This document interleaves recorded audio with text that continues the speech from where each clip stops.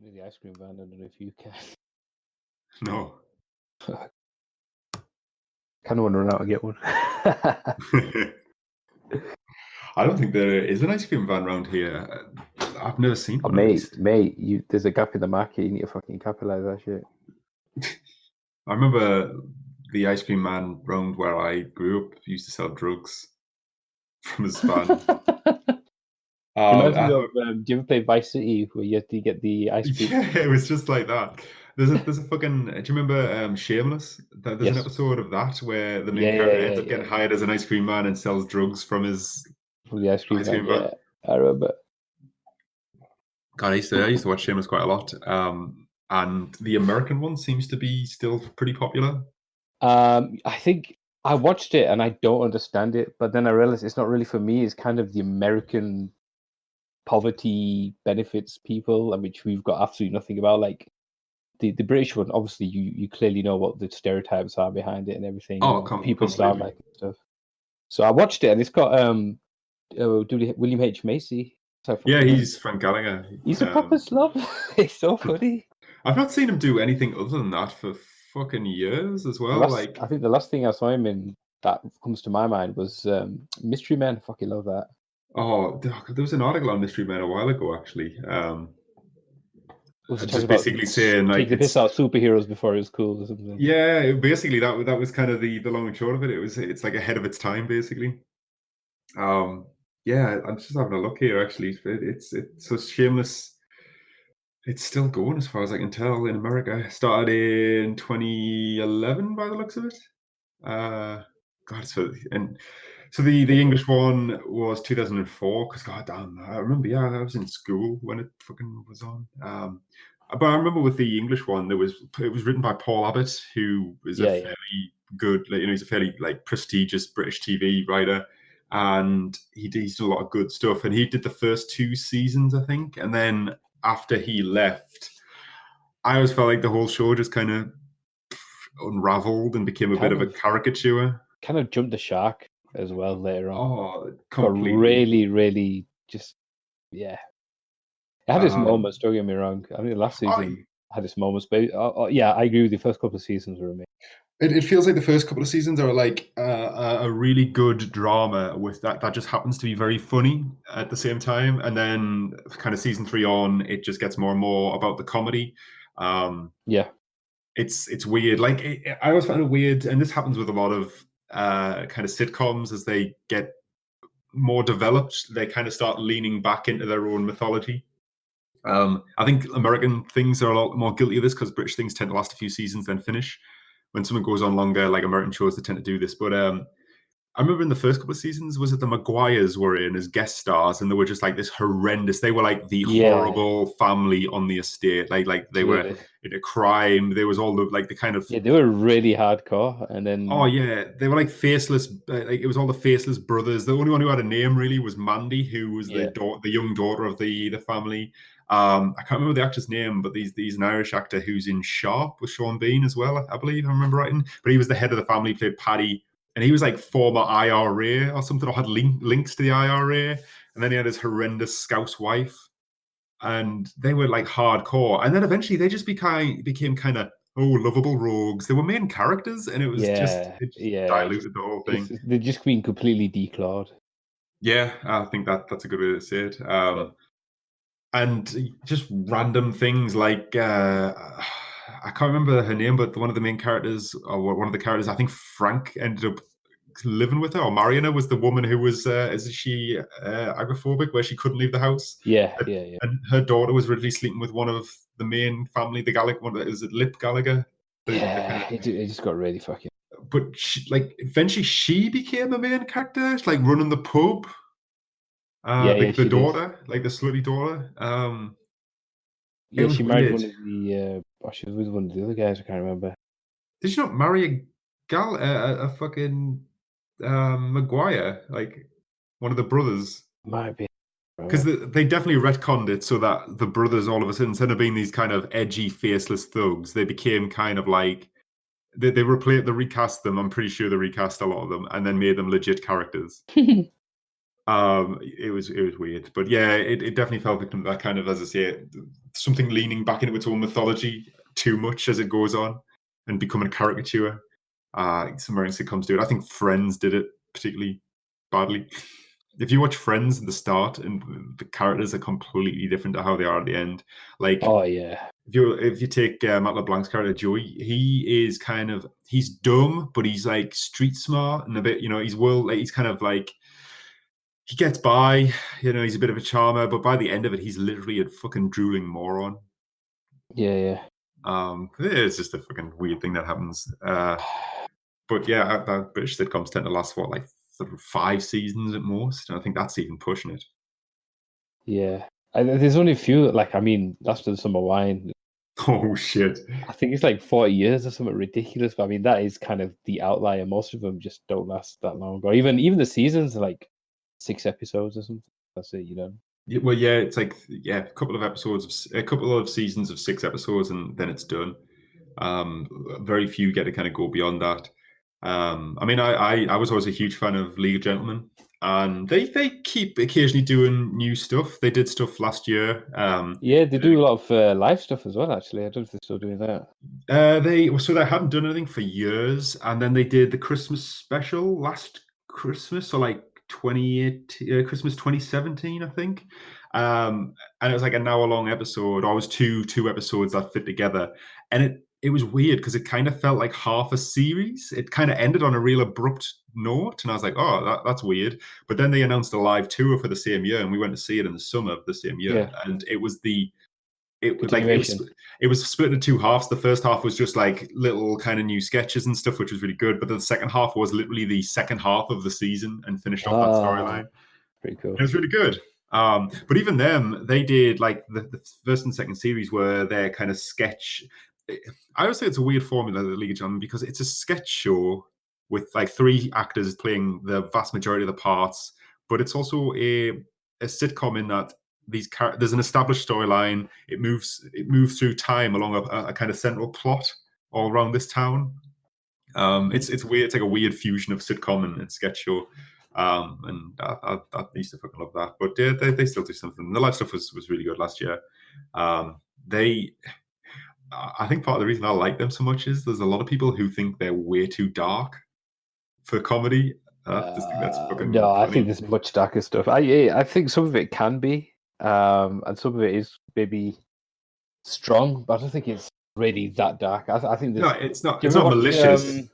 Monkey Dust.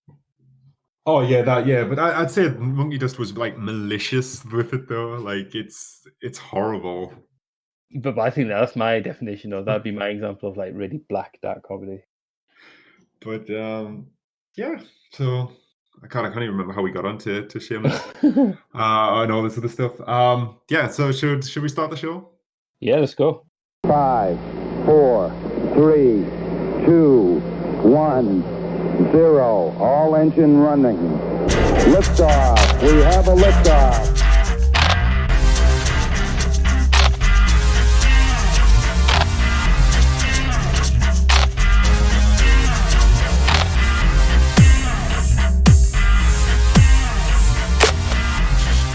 All right then, welcome to the pod. It is the 8th of August. Jesus Christ, I can't believe it's the 8th of August. It's flying over. And we're here. It's me and you, Kash. Just you and me. Matty's not here. He's on shift, so he can't make tonight's show. So we've got to fly solo. Sure will soldier on and manage. But yeah, welcome to the pod. It's another glorious week. I can't believe it's rolled around so quickly. The summer, man, it's not a good time for video games. Nothing's really coming out. Yeah, it seems to be more on the shows. I know there's Gamescom coming up, and we've had E3 towards kind of the end of last month, and then we've got TGS and the German one later on. So I think that's where the focus is. So it's really just a countdown towards the holiday season. Yeah, we were kind of, me and the wife were toying with seeing if we could go to Gamescom this year a while ago. But we decided against this year just because it's a bit of a quiet year for releases. We're at the tail end of a generation, and B, we just got married and can't afford like another trip just yet. It's that card, yeah. But we are thinking about going next year because it'll be hopefully the year of new consoles. Well, I'm in all seriousness. I said to my friend, he said about 2 years ago we should go to E3, and I said, well, look, we're kind of at the lull at the end of a generation. It's pretty rubbish at the moment. Let's wait till Yeah. next gen, give it a couple of years, and then go. Because I remember kind of mid PS4, Xbox One, there's really big announcements. There was the Resident Evil, the Final Fantasy remake, Shenmue 3, to kind of name a couple. And I was like, if I was there, I would have lost my mind. So I'm kind of thinking in maybe 2-3 years, I'd like to do something like that, go away for a week, and go to E3 if I can. That's in the next generation, kind of when it's kind of halfway through or midway through it. Yeah. I think Gamescom's quite good for us because it's literally a hop across to Germany. It's really not that far. But E3 is the big one, if it's still around in a few years, the way things are going. Yeah, I'm sure it will be in some way, shape, or form, but lots of people seem down on E3 at the moment. And yeah, this year wasn't great, but like you say, it's the end of a generation. Kind of everyone expected that. I think in one of our first shows, we said we expected that.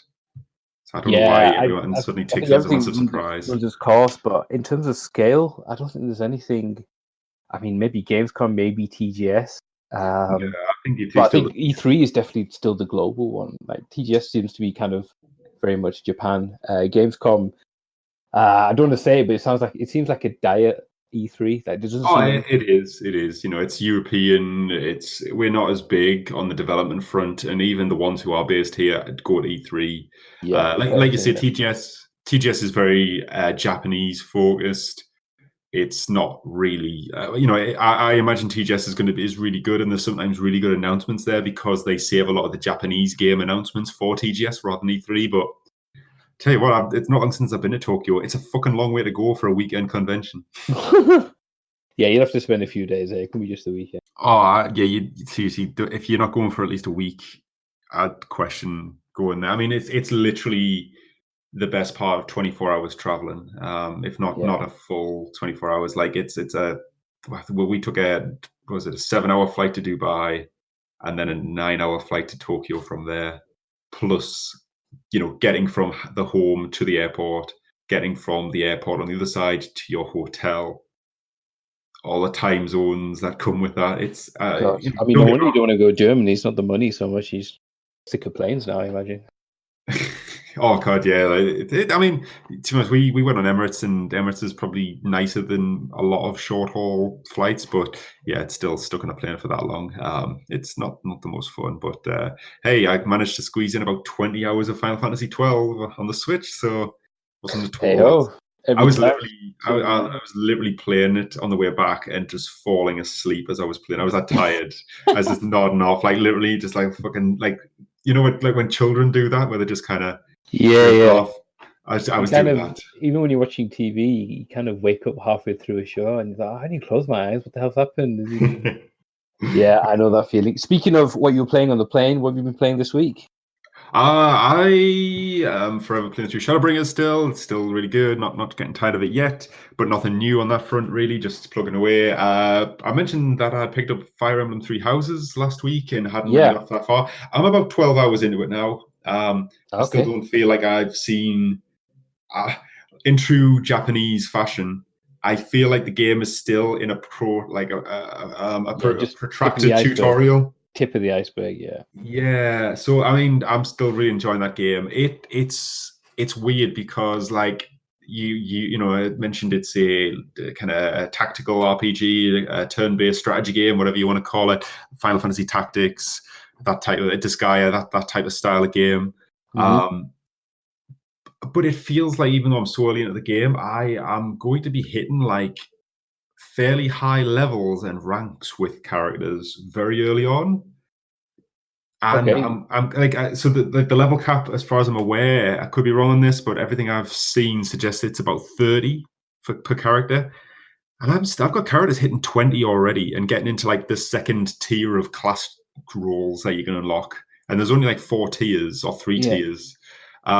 It's unusual. So do you think it's maybe a foreshadowing of something going on, like you lose XP, or there's going to be a bigger threat, and then suddenly you can go to like level 40? Or I think will be that it's because you've got a lot of control over what you can spec your characters. So like you can say to one character, "Hey, you should focus on leveling up your spear, your lance skill, your spear skill, or and your heavy armor skill, or whatever." And then pretty early on, by the sounds of it, it feels like we're going to hit the high levels of that fairly quickly. And I suppose then you could say, okay, now you need to focus on your swordsmanship instead of your lance skills, and that will allow you to train them into various different classes. And then before a battle, you could swap them up depending on what you need. It gives you a lot of flexibility. Okay. And I mentioned like basically the kind of framing of the game is you're a professor in this military academy. You pick your house, you look after your children, you kind of lead them in battle and teach them. Nintendo made it like a public Child thing. soldiers, basically. Basically, they're all like 17, 18. I mean, I'm assuming it doesn't tackle it the same way that Metal Gear Solid 5 tackles it, you know. No, it's far more realistic. No, it's very anime, you know, like everybody's fucking 13 but looks 26. But Nintendo made it known that there's a big time skip in this game, kind of the halfway mark, and you will see these characters kind of mature into full adults and develop different altered personalities depending on what happens in the story. I am not that far through, but I know that is a thing that happens.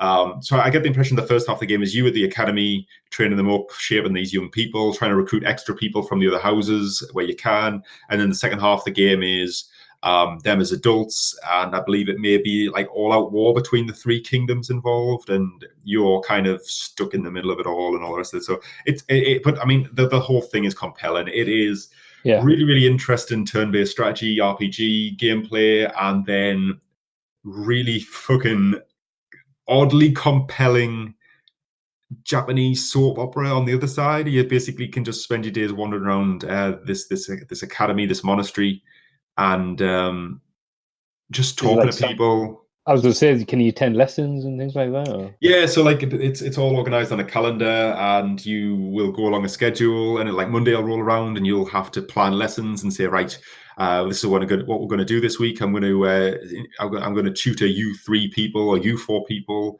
and I'm going to swap your focuses for this week, so you train up in different skills this week. I'm going to pair up you 2 to do this task, like brush the horses and clean out the stables, or weed the gardens, or so they're very mundane tasks. And then the third option is you need to. And you're 12 hours in on this, man. Yeah. There's all sorts. I've been unlocking new stuff, but so you got the two group tasks. You got 3 group tasks. But the first one is, as I say, clean the stables. Second one is weed the garden. The third one is like weirdly exciting, considering how mundane the other ones. It's get on a Pegasus and patrol the skies around the monastery. You're like, fucking hell, who doesn't want to do that? Who wants to weed the garden instead? Escalated, does it? Yeah. I got weeding duty today. Hey, yeah. I've got Pegasus duty. Let's go. Riding a fucking dragon today.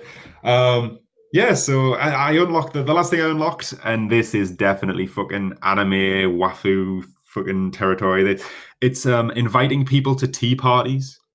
So to bolster your relationship with somebody, you can invite them to a tea party, and it's this fucking almost creepy mini game where you sit like first person looking at them, and you basically get presented like different topics of conversation, and you've got to pick the one you think they'll be interested in, and you score points between based on reading the language and and if you do have a good tea time with them, you can like then do this thing where it's like, oh, you can continue chatting with them, and it's basically just this weird like almost like 3D model view where you're just staring at them, and you can zoom in on them and go like move the camera around them, and then do prompts like I don't know, nod along to what they're saying, or it's just fucking weird, like very soap opera type thing.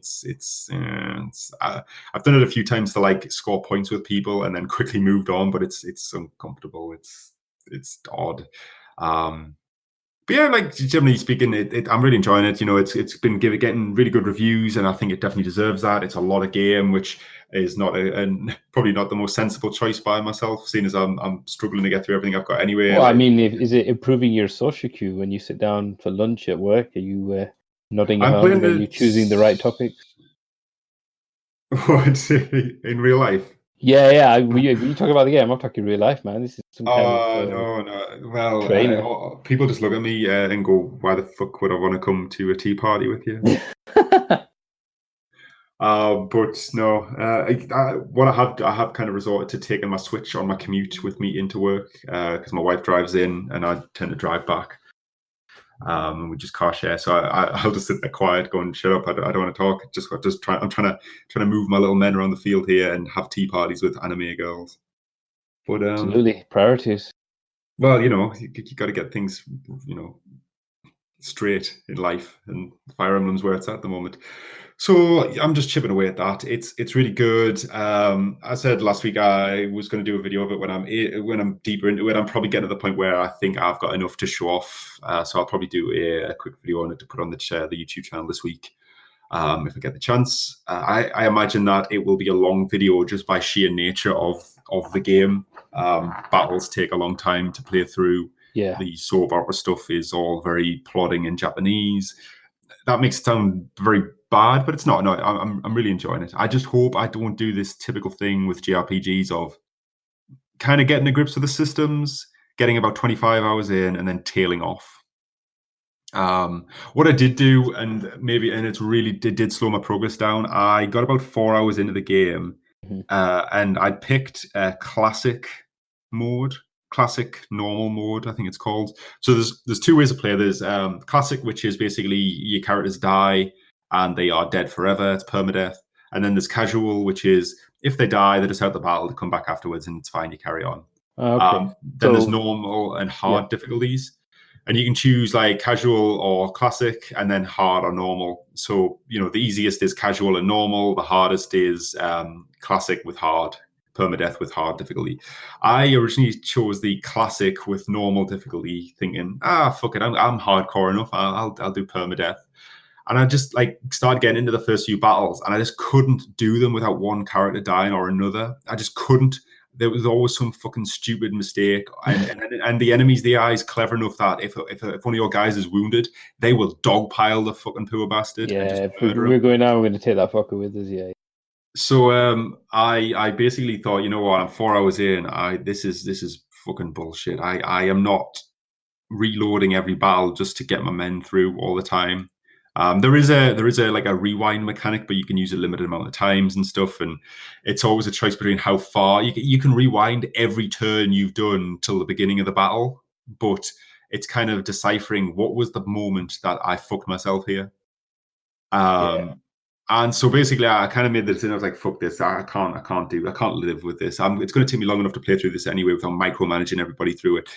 So I restarted the game basically just on the casual mode. And okay, so you put about 4 hours in and restarted. Yeah, but I made my time back up in 2 hours because I was skipping through all the story. Yeah. I was brute forcing all the tutorials and battles, and I just went through it. I just tore through it. So one of the things I've heard is it takes about 60 to 80 hours to play through the main game. And probably like 2/3 of that again if you play through another campaign with a different house, just because you are far more capable, far more knowledgeable, and can just tear through it. So I did lose a little bit of progress, but I'm about 12 hours in on my new file. And I was going to say, to be honest, I haven't really had a lot of time to play games this week, but I've still managed to rack up 12 hours of fucking progress on Fire Emblem and do all the weekly stuff. Nothing.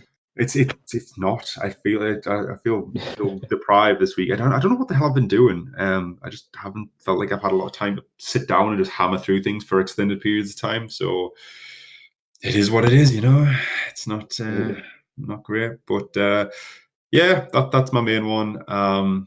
Watch next week. You'll be like, it was just a short one. Only put about 10 hours into it. I got through a few seminars, a few lectures. I know. For a married man with a full-time job, that's still a lot of money, man. As a family man, I wish I had 10 hours to fucking play. Well, yeah, it's not a lot of time for a fucking JRPG though. It's drop in the ocean. It's almost a second. I remember this was 2008, 2009. Final Fantasy 13 came out, and I took a week off just to play it. Is that the last time you ever got to do that? Pretty much. I took a week off to play, and it was literally my 9 to 5 from Monday to Friday, and I finished it about 5 o'clock on the Friday, and I was waking up at about 8, getting ready, having breakfast, 9 o'clock, playing it, and then finishing about 5, 6 o'clock, and Monday to Friday. It's fucking good though when you've got a game that's so good that you will wake up to play it. Like, Yeah, I enjoyed it. I mean, I know there's a lot of people hating on Fantasy 13, but I really enjoyed it. I thought it was a really good game, and I'm glad I took the time off. I wouldn't be doing anything else more productive, I'll be honest. So, well, talking about taking time off, I've got a week off in September for Monster Hunter. Nice. Well, I mean, it's kind of multi-tiered. So Monster Hunter comes out on the 6th, I'm going to say. I'm doing the Great North Run on the 9th, or the 8th, even Sunday the 8th. You'd be running that in record time. You want to run home and play Monster Hunter. Well, that's it. Yeah, it's going to be me, my like reward for getting through it all. So yeah, basically, it's kind of partly to recover from the Great North Run, partly just to play Monster Hunter. Mainly to play Monster Hunter. It's just a fucking excuse. I'm not even running the Great North Run. I've just said that to everybody. I put my leg can't walk in it. Yeah. So yeah, I'm not off the whole week. I'm going on the Tuesday just for something I need to do at work, but I am off the rest of the week, and so is the wife, and we're both literally like, we're just gonna fucking hunt monsters all week, aren't we? Yeah, that's what we do. So I'm gonna be playing that loads, and it's a while since I I take the odd day off to play games and stuff like that, or an extended weekend. But I can't remember the last time I took a week off to play something. Like, I probably haven't since I was at school, and it just so happened to line up with school holidays. Yeah. Which is fucking quite It's a really good feeling when that happens. I'm looking forward to it. Yeah, it's awesome. I like doing like big launch day initiatives. Like, I remember when Destiny 2 came out, like 2 years ago now. I'm gonna say. I remember like me and the wife, Kelly were playing, got it and played it, and like she brought her PlayStation into the office where all my stuff set up. And Simon, our friend Simon, also came over and he brought his PlayStation, and we just had like 3 of us all in the same room. Like no need for headsets, just talking, and we just like hammered through as a fire team, and it was fucking great. It's LAN without being in LAN at that point. I mean, you're still on the same network and everything, but it's playing an online game. It still has all the classic hallmarks of sitting together and playing a LAN game. I bet that was awesome. Yeah, it's great. So it's a lot of fun. I think the time before that, the last I probably had a less enjoyable experience because it came out on the Friday, so I took the Friday off and the Monday off to have a long weekend to play through Mass Effect Andromeda, and I'm sure that was well aged. It wasn't good, mate. Regretted later on.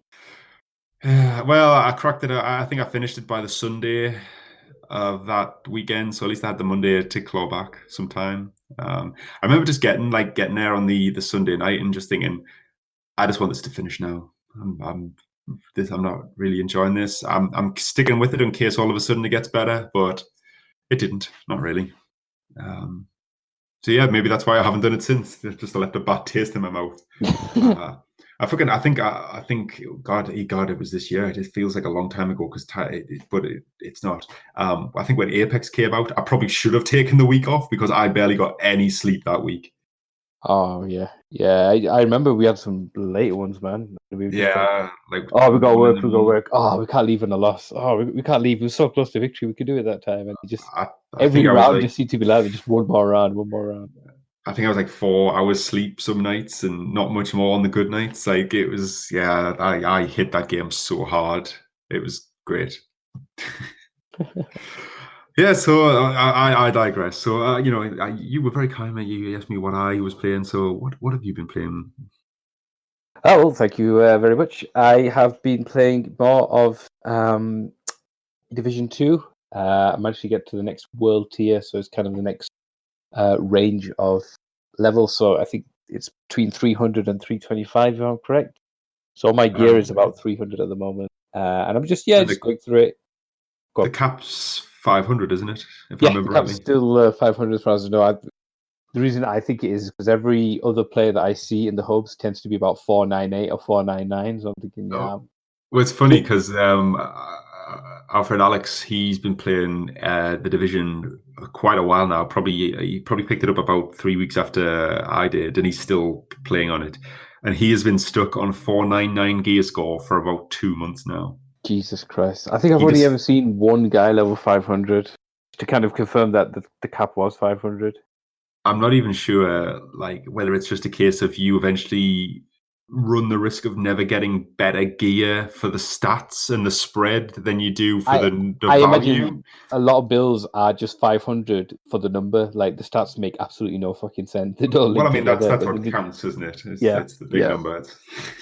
So I've been playing a lot of that. It still feels relatively fresh. I still like kind of the dynamic of the open world. You could be running somewhere and there'll be kind of a hostage situation, or there could be a checkpoint that's fallen. Let's go take it back. Or they could be carrying some supplies. Or hey, I need some more materials for crafting. Let's go get those guys. So I think that's still quite good. I'm still playing with a friend, so socially still quite a good game to good. Trolls as well. I mean, I'm really getting into the fighting, the firing mechanics and the cover Yeah. system. I think it's really good. Even if you get flanked, as long as you kind of keep a level head and kind of have a rough idea of the layout of the room and where to go, you're okay. The only time when it gets really silly is when you come out of cover. You think, oh, I need to kind of hop over this wall, and then everyone will just pop their head out at the same time and just unload everything into you, and you just go down. It seems almost unfair, but I'm sure that's just the game's way of saying, no, you can't play that way. This is the way you got to play. You ain't 500 yet. You can't do that. Yeah, pretty much. Yep. Story-wise, I mean, that was kind of. I've been reading a lot of the reviews when it came out. That was one of the big weaknesses. I think it still is. The storytelling is really quite bad, but the gameplay is we were talking good, about very that strong. last time, and it's the storytelling's non-existent. It's bad, and it's frustrating because that was one of the better aspects of the original game. But I still like the Division 2. It's not that I stopped playing it because I didn't like it, or I even got bored. I just kind of tailed off onto other things, like I tend to do. Have you done any of the like kind of hidden stuff, like the hunters or anything like that yet? You mean the bounties or? No, so there's so I don't know if you'll have done this, but there is a mission somewhere in the game. I can't really remember what triggers it or when you do it, but you will get a distress call from a division agent, and you'll go into a room, and he's kind of like strung up, dead, and all of a sudden the power's cut. You get hit by a gas grenade, and this guy who's like wielding shade tech like yourself just ambushes you, and it's basically like he paralyzes you and just like fucks your team up and then disappears. Yeah, this an anomalous mission. I did that, and I haven't really seen anything as a follow up, or maybe I've just not stumbled across it yet. Well, you won't, because what that does is it triggers the hunters being unleashed into the world, and basically they are pretty tough mini bosses that exist in the world but can only appear under certain circumstances. Generally, it has to be nighttime, and because you can't control the time of day, it's sometimes a bit awkward to get them to summon. But there's like I'm going to say 8 to 12 of them. I can't quite remember how many, but they all have individual masks, like hockey mask style things with different patterns on them. And basically, if you track them down, manage to summon them into your instance and kill them, you will get their mask to wear. And there's like a special command center in the basement of the White House where there's a rack, and every time you kill one, their mask gets put on this rack, and you can build up like the full collection. Oh well, see, I know in the apparel screen, you've got everything. You've got like trousers, shoes, face masks. Well, like bandanas, not face masks, or kind of neckwear. And then there's like you said, like ski mask section. And there's nothing ever in there. I thought, oh, maybe this is like premium only. I never kind of gave much attention, but it sounds like it's kind of what you mentioned. It tends to be like end game activities, because there's a black tusk mask you can get, which looks like a full face gas mask and stuff. But I can't remember. I think that was from a timed event.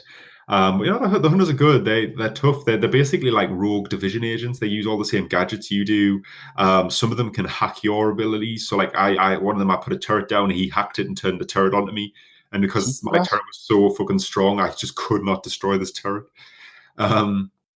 It's good. And some of them fly solo, and they're the easy ones. Other ones you fight in groups. There's even like one I think you fight in a group of 4, so it's effectively fighting like another group of division agents. Right, so it's like 4-on-4 or something. Yeah, it's fun. Like it's cool trying to track them down. Some of them are really abstract. Like one of them is like find a hidden base under the Washington Monument.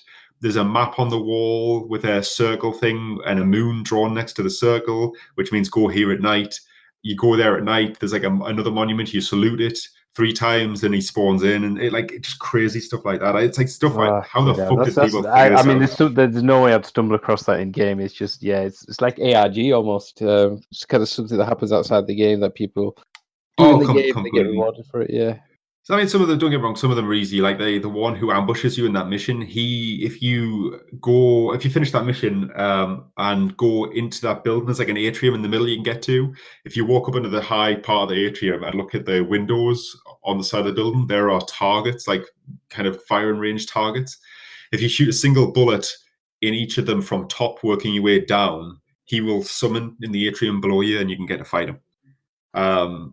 There's it's like stuff like that. There's another one where there's like a square building with a courtyard in the middle of it, and in the north and south entrances there's a telephone on each desk. If you go to the north one, you can use the telephone. If you quickly sprint to the south entrance as quickly as you can use the telephone there, which will then summon the hunter in the middle courtyard. And he's pretty easy to summon, because what you can do is every time you go there will always be enemies there. It's like a hotspot for enemies. Don't kill the enemies, just trigger the phones, and hunters are considered hostile to everybody, and so just let the enemies kill him. Yeah, they just turn around and face him, yeah. Although group together to face the bigger threat. I like that. Quite good. He does tend to kill them all, though, but you can then pick him off. But the hunters are really fun. They can be frustrating to summon, because, as I say, it's got to be night. Some of them are really specific. Some of the summon conditions feel a little bit flaky.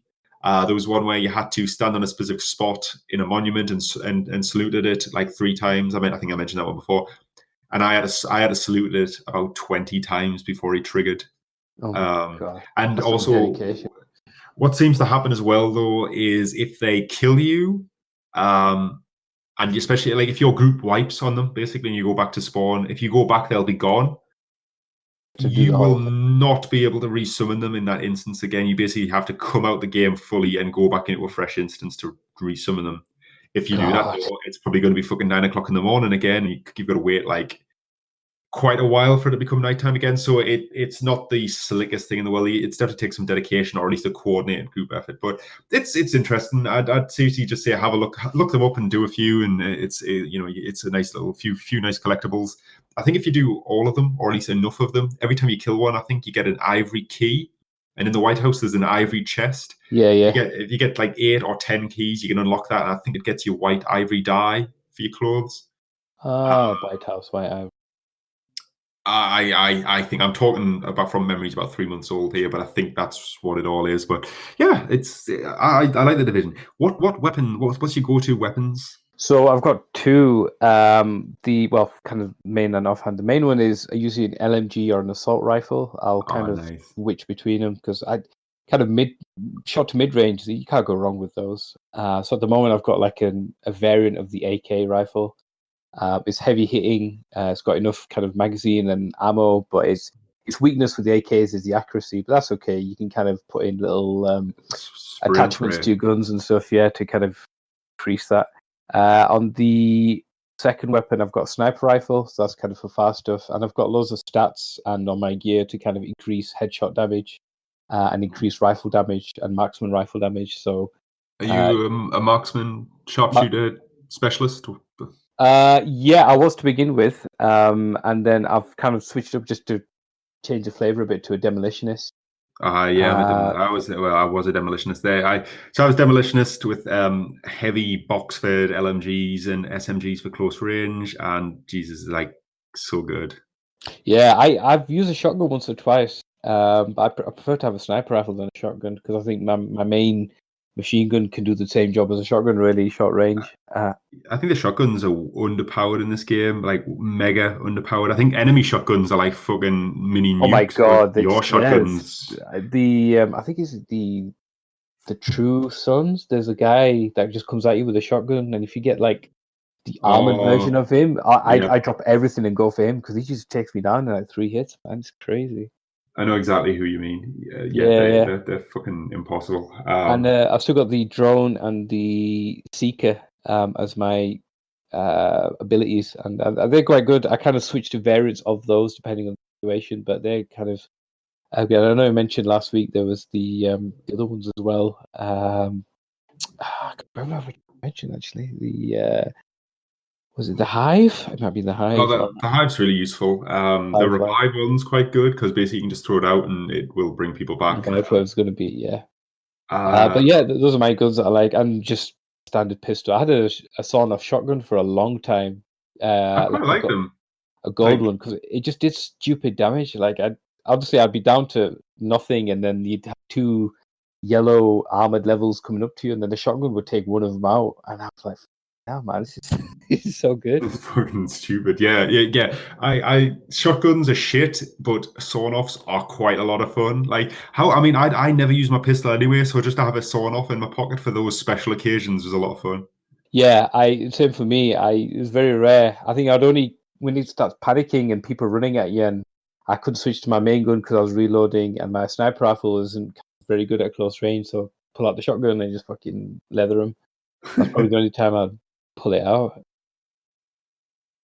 So yeah, Division. That's what I'll be playing a lot. I imagine I'll be playing that again this time next week. So stay tuned. The other game I'll be playing game on the PlayStation Plus this week is the Sniper Elite 4. Oh shit, I forgot about that coming out. There I was will probably try that actually. there was two games. There was Wipeout Omega Collection, which I already have, Yeah, which I do is as well. Did you get it for fantastic the for the VR? virtual reality. Yeah, for virtual Yeah. reality, absolutely fantastic. I've put so many people who have played Wipeout who kind of know the track, but have never tried VR. And I've put it in VR, and they've just fucking lost their mind. You know, when you kind of go under, over, around. Oh, it's crazy. It's so well done as well, and there's a lot of settings. You can put the blinkers on the side and make it a bit more tolerable. You can do different control schemes. Yeah, it's awesome. It is Yeah, you can a change the genuine camera. You pleasure. can it could be kind of anchored to the ground, or if you want to have a really good time, anchor it to your ship, and you just I was getting motion sickness within like a couple of races. It was Oh god, yeah. I again VR. It's not something I can play for huge amounts of time. My friend John, you've met John. yeah, I think he got rid of his VR just because he wasn't using it. But there was a time where he fucking hammered it, and I remember him telling me he spent 6 hours running in Wipeout in VR, and I was just like, how? How have you stomached it? But bloody he hell. fucking loved it, man. So yeah, it's definitely an immersive experience to say the It least. is, yeah, it's absolutely fantastic. And then, so the other game, which I've already got and I've already played, so there's no need to go with that. So then, as I mentioned, I got Sniper Elite 4, and I've played the demos, I think it was Sniper Elite 2 and the original, and I liked them. I just never got around to buying them. And I saw Sniper Elite 4 was on sale recently, and I was tempted to buy it. You know, this is one of those games I could just have a blast on. It'd be good to buy, and I was just pop for a reason. And you know, there we go, divine intervention. There's a reason for it. I got it free anyway. Is this the Um, one where you get sniped by shoot off Hitler's ball? Essentially, yeah, it's the set in World War Two. This particular one is set in kind of at the moment where I'm at the moment is in Italy. So it's kind of the assault on the Italian coastline and the Italian cities and villages. Still very strong Nazi presence, but yeah, absolutely. So you're a sniper. The idea is to kind of you stay silent, you stay moving, you pick your shots, you scope out areas, and then when you shoot an enemy, depending on how you shot them, the velocity and the area where they shot them, you get kind of a cutscene, and it will either pierce through their head. You can see their head splitting open. It'll pierce through their eye, and you see their eye rupturing. It'll pierce through the internal organs. You see the bullet kind of ricocheting in between the organs, or like you say, you can hit them in the balls, and you kind of remove the testicle and stuff. I Gotta haven't get those gone. details.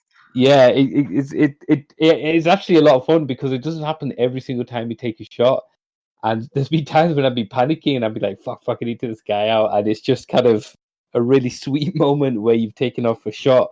It's almost been at random and you can just see the trail of the bullet and the camera's following it going down, down, down, kind of in between buildings and through windows and past cars. And you just kind of hit somebody in the face. And it really is satisfying. I do have to say, though, it kind of wore off on me. I did the first couple of missions, took me about 2-3 hours, and I was like, yeah, I'm kind of done now. I can put this away to one side. I think that's the Uh, problem with such a game with such a like a narrow focus. Obviously, it does sniping and everything in a lot of detail, but there's a lot of games that do sniping well enough for me to enjoy it, and then all this other kind of shooting and action at the same yeah, time. there's other things that keep it fresh. It's not just pure sniper. I mean, there are kind of you could lay traps and you've got kind of sidearms and you can set distractions and things. It's almost like a Hitman meets Ghost Recon in that respect. But I kind of put it down for a little bit. I will go back to it, but it's something you can just pick up, play for a bit, put down, and like you say, never kind of worry about it too much again. The other thing is there's multiplayer as well. Oh, really? So if you get it, we'll absolutely do some multiplayer. There's competitive and there's cooperative as well. Is competitive just like is it like first one to kill the target, or is it literally sniper battles? I don't know. I hope it's a bit of both. I hope there's like first person to kill this target, and then there's like, okay, the target's dead. Fucking either get to the exit or kill this guy before he gets there. I hope that'll be something really good. But the main missions you could do cooperatively, so we'd have to absolutely get on the headset and. I'm sure that would go really well. Plan it between us. So let me know when you download it. I'll definitely get on that. It's a really good game. I'd definitely recommend it to anyone who's on PlayStation Plus. I have a feeling that it's got quite a hardcore following because I can't see how it's going to sound really harsh. I can't see how a game like this has managed to get 4 versions of it out. So there must be like a dedicated base that's loving it. I'm all for it, absolutely. If it's keeping people employed and keeping people entertained. No, I think you're right. It's definitely something that obviously has this kind of niche following, just because, of all the things that do reasonably well and then never get past the first entry, this must have an audience. Yeah, absolutely. But I'll give it a download. I'm really bad at I often purchase the PlayStation Plus games, so I'm really bad at actually downloading and playing them. But I will give this one a go. Yes, we'll have to set something up and do something. Yeah, 100%. So Blaze Sniper pretty far, and then the last game that I got this week was DuckTales, the remastered version. I got it on Steam. It was really cheap. Does it have a theme tune? Does it do that? It does. It does. It has the retro theme tunes. Yeah. It's the Mega Drive equivalent though, so it's not the one that you could YouTube and get from the TV series. But it's enough to kind of. I know all the lyrics anyway, so it's absolutely no problem. So we'll be playing that, and it's really such a gorgeous looking game. And I remember playing the original DuckTales. And is it the remaster? This one? It's the remastered, so everything has been done from the ground up. You've got kind of 3D backgrounds that are moving. All the sprites are fully HD. They're almost kind of 4K. They absolutely look flawless. There's been a lot of time and effort gone into them. I remember DuckTales. Vaguely remember DuckTales from childhood, but when this remaster came out, I remember it was a big deal. Yeah, it was on a lot of the shows and a lot of kind of gaming sites. I think it kind of came alongside, maybe not the same time, but around the same time that they redid the TV series. So the TV series has got kind of a reboot as well. I imagine that kind of was. Yeah, David Tennant is Scrooge McDuck. What? Did you know that? No, what the fuck? So I'll let you go in and figure that out. But yeah, there's been the TV series, and I think that helped spark interest in the TV series as well, because DuckTales has always been a memorable hit, not just for the theme tune. I remember kind of watching it as a kid as well, then kind of Scrooge jumping into the safe full of money and swimming through it and things, and his nephews, Louie, Dewey, and God, what's the other one? Huey, that's it. Huey, Dewey, and Louie. I think I've got the theme. Is this the one from the game? Yeah, that's the one. Awesome. The gameplay, it's really difficult. It's kind of a throwback to the old Mega Drive games, which is you were paying for a game that was really hard to complete because there weren't that many games, and that was the appeal of the game. It was hard. It wasn't kind of anything really fantastic to look at and things, and it's very simple controls. So it's a very hard game. I've done a few levels. Thankfully, there's like a save checkpoint feature. I don't need to kind of redo everything again. I never think that that old, like you say, the old games were generally were made not to be beaten. They were made to stretch out a fairly short experience as much as they possibly could. Yeah. Most Mega Drive games and 16-bit games, I would argue, could be beaten within 3 hours or less. Yeah, 100%. I think you would, if you say you own 30 Mega Drive games, you probably complete 3 of them. yeah. It was always the thing, because you kind of lose interest. You think, I'll just try another game, or I'll come back to it. So yeah, it's good, it's great, and it was dead cheap. And the reason it's too cheap, I suppose we can go a little bit onto the news now. is that sadly the licensing for the DuckTales game has run out. So this is the publisher's way of saying, well, we're not going to get this license, far too expensive for whatever reason.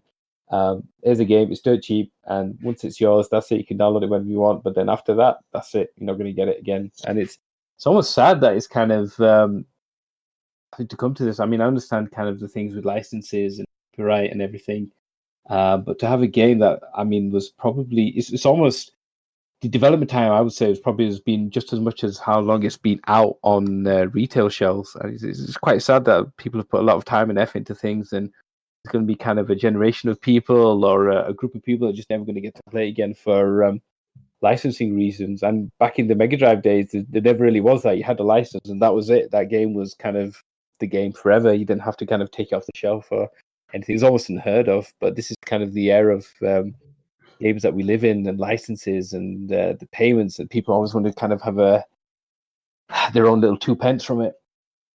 Well, yeah, it was always a thing where, in the era, because DuckTales Remastered was primarily a digital game, I'm going to say. There might have been physical copies, but this is the type of game that was released in digital format primarily. When that's the case, publishers and those hosting the files have ultimate control over it. When you are creating physical copies, once they're out in the wild, they're out in the wild. Like publishers cannot ring you up and say, "Excuse me, mate, can you post us that copy back?" It's not. In those days, you were purchasing the cartridge with the software on it. Nowadays, you are purchasing a license to be able to play and download that game from somewhere for the time it is available. Yeah. So yeah, we've talked about this before, where there's definitely a fairly big issue of archiving and maintaining games for historical purposes. Yeah, absolutely. I think from a historic point of view, and from an enthusiast point of view, and from a posterity point of view, it is a serious issue. I still don't think the average person gives a fuck, though. Like, I don't think they care about this type of thing, about backwards compatibility in huge ways. I think people see that as a nice to have, but not an essential. Yeah. I think this kind of maintaining legacy is not that important to people. I think what happens is 10 years down the line, when DuckTales Remastered comes out, people go, "Oh, cool! A chance to pay £10 to play this again." You're kind of renting these games long term, and when that rental comes to an end, I suppose it's the old fuddy-duddy in me. I think when I've paid for something, I would like to think that it's mine forever. And like you say, you get that with physical discs, and it's just not the case with digital games. I mean, think of PlayStation 3 now. If you have a PlayStation 3, all those games are gone. You'd have to have a license. Whenever the PlayStation 3 server shut down, you were able to kind of get those games again. Whereas, if I had a miracle 10 years, 15 years down the line, I could think, oh, I remember that game on the PlayStation 3. Oh, yeah, I could get the game from eBay, or I could borrow a PlayStation 3 from a friend who still has it, and you could kind of relive those memories. I don't think there's anything wrong with having that particular outlook or that view on games, and just having that ability to do so. And no, I completely agree. I think I see what you're saying as well. The average person doesn't really care, and I think you're right, because it hasn't really affected them. But once, I don't know, maybe the next generation, when there's more of a focus on digital games, maybe that would bring it more to the spotlight. I just think it's kind of in the early stages of it. Yeah. I think we are getting closer. Microsoft have made great strides here in the Xbox One generation, mainly because I think they needed something to strengthen their offer to people and strengthen their case to buy an Xbox One. So they've done a lot of backwards compatibility stuff, which is great. Sony seem to be following suit with the PlayStation 5, if the rumors are to be believed, which I think at this point there may be substantiated rumors, which is great news. Nintendo had been pretty decent in the past with Virtual Console, although that, again, the cynic in me says, well, it's just another chance for them to sell you games, but at least they were being maintained and ported. They've been really bad on that front with the Switch, so that's kind of fallen flat, but who knows what they'll do. But I just think in general, the games industry is really bad at recording things. But then again, the TV industry is not that much better. The movie industry is probably a little bit better, but not that much better. Like, how many shows? Like, how many? Oh yeah, Ultraviolet I think is going under, and they've said recently if you've got anything on account Ultraviolet wise, you download it now because we're just gonna fucking go, and then that's it. Yeah. And the whole idea was when you bought a DVD, you could get a digital copy, and there was this great way to stop piracy. You know, buy a Yeah, it digital was good. copy, and you can have this free copy of yours. And well, To be fair, I thought Ultraviolet was a good idea. I think Ultraviolet was a bit like a shit thing to work with and use. I never liked it. It was always convoluted and awkward. But yeah, but that's the that's thing. going. It's a service problem, isn't it? Then and then Yeah, it kind of completely. forces people back to piracy, which is ridiculous. And it's almost Completely. the same with streaming. I mean, it's going off a tangent now a little bit, but it's almost the same with streaming services. We've got Disney coming out with theirs soon.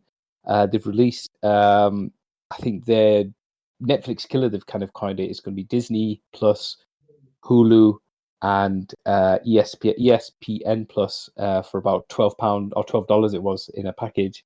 That's a pretty Jesus. good deal. But then if you're already paying for Netflix, you're already paying for Amazon, you think, am I really going to pay another $12, bring up to $20 plus for all these things? No, I think I'm just going to start downloading movies odd and TV show. series again. Yeah. Yeah, you're right. It's bad, but I mean, like I mentioned the TV industry there. I mean, how many shows have we got? Like, say Doctor Who, for example. I'm sure a few years ago, there was things like, oh, we found some lost episodes. We thought all of them had burned in a fire and stuff like that. Like, there's plenty of like early BBC stuff that from like the 50s or whatever, early days stuff that was just not maintained and not lost because it took them a few decades to get that archiving system and that archiving and preservation side of their business up and running. So I still think we're in the early days of video games for the most part. Yeah. Technology is leapfrogging, but the industry itself is fairly, I would say it's in its adolescence. It's still got a lot to learn and all the rest of it. We will get better at it, I think, in the whole. But I don't think the man on the street it's a big issue for that. But I think it should be a bigger issue for the industry at large. Yeah, I think so. I think we'll see next generation how much of an issue it will be. So yeah, I win on one hand because it's a game and it's a really cheap game for me, but then on the other hand, you think people who may not know this and who kind of pick up the news once it's too late, lost out. Yeah, and it is meant to be a really nice little game. People made a big deal of it. Not a game that I have a particular affinity for, but a lot of people made a big deal when it came out and was remastered. So yeah, absolutely, great game. so sorry, did you get onto this by saying you actually bought it and have been playing it? Yeah, absolutely. Yes, I mentioned I've played the game, and I've kind of mentioned the gameplay and the detail of the characters and how much effort they've put into it. It's kind of really. I mean, it looks to me. I couldn't tell the difference, to be honest with you, but it looks to me everything has been hand drawn and it's been hand drawn to a very high level and high quality, almost like it's ripped straight from the cartoon TV show. That's funny actually, because I was just looking. The original game's very pixel arty, because it was a NES game, Mega Drive NES, game. Mega Drive, Genesis, yeah. But the new one is like a lift of the cartoon series onto the game. It looks nice. It looks really good. Looks really good, and it is fun. And like you say, the theme tune's in there, so it's winner chicken dinner for. Great. So, one thing that we're not very good at is maintaining video games, archiving them, looking after the industry's history. But one thing that video game companies are very good at is making money through loot boxes. Absolutely. And there's something we can be proud of. Navigating the cracks between gambling laws. That's what we got to be proud of. Yeah. Just pushing the long arm of the law, see how much you can go till it breaks. Got to get those shareholders happy. But no, there might be some good news in this regard. So the ESA, which is the kind of governing body of the video games industry in America, have come up with some policy that basically say that platform holders must run policies that dictate that companies have to disclose the odds on their loot boxes. And Microsoft, Sony, and Nintendo have all kind of said that they will adhere to this and will begin looking into implementing it. Ultimately, it's going to take a while to get in, as all government legislation and legislative-based things do, just because of the complexity of a lot of them and the the government legislation often doesn't necessarily meet with the harsh realities of the world. So I can appreciate it's gonna take time to implement these things. But generally speaking, there's a commitment from all these organizations to start doing this by 2020. It's a little bit soft in that anything that this only applies to something that is a new game or any game that updates to add loot boxes in. So I imagine they'll pick a date in the future. Let's say 1st of January 2021. Any game after this has to have loot boxes with shown odds. Yeah, like a bit like Apex does, I suppose. So it's at least giving people a little bit more information to assess whether it's worth their money, which is fine. I've said before, I'm not advocating that loot boxes are necessarily banned, because as an adult of relative sane mind and body without kids in my household, I feel like I should be able to make informed decisions around what I want to spend my disposable income on shiny, stupid digital shit, if I want to or not. So it's just informing the customer and all that, which is good. What it does mean is, though, the games that exist, so your Apexes, your Fortnites, your does Fortnite have loot boxes, or is just its battle pass? It's battle passes and it's cosmetics. Okay. So, as far as I know, there isn't a loot box system, but all the cosmetics you can buy whichever you want, which is fine. But then it's kind of an additional cost, whereas the battle pass is put to the front, say, actually, why pay for 15 individual ones when you can buy this one pack and they get you all of them kind of alongside with it. Yeah. Okay. But like your Overwatches, your FIFA Ultimate Teams, those existing products do not have to adhere to this. It's any game, as you say, after an arbitrary date that will be settled on at some point in the future, I imagine. But what's interesting, though, is any game that adds them in as a feature will have to adhere to this policy as well, which is quite interesting, because what I think Activision has been particularly bad at this is launching games with no loot boxes, no heavy monetization, letting them rest, let them get their reviews out, let them get good scores, let them slip by any criticism for this type of shady shit.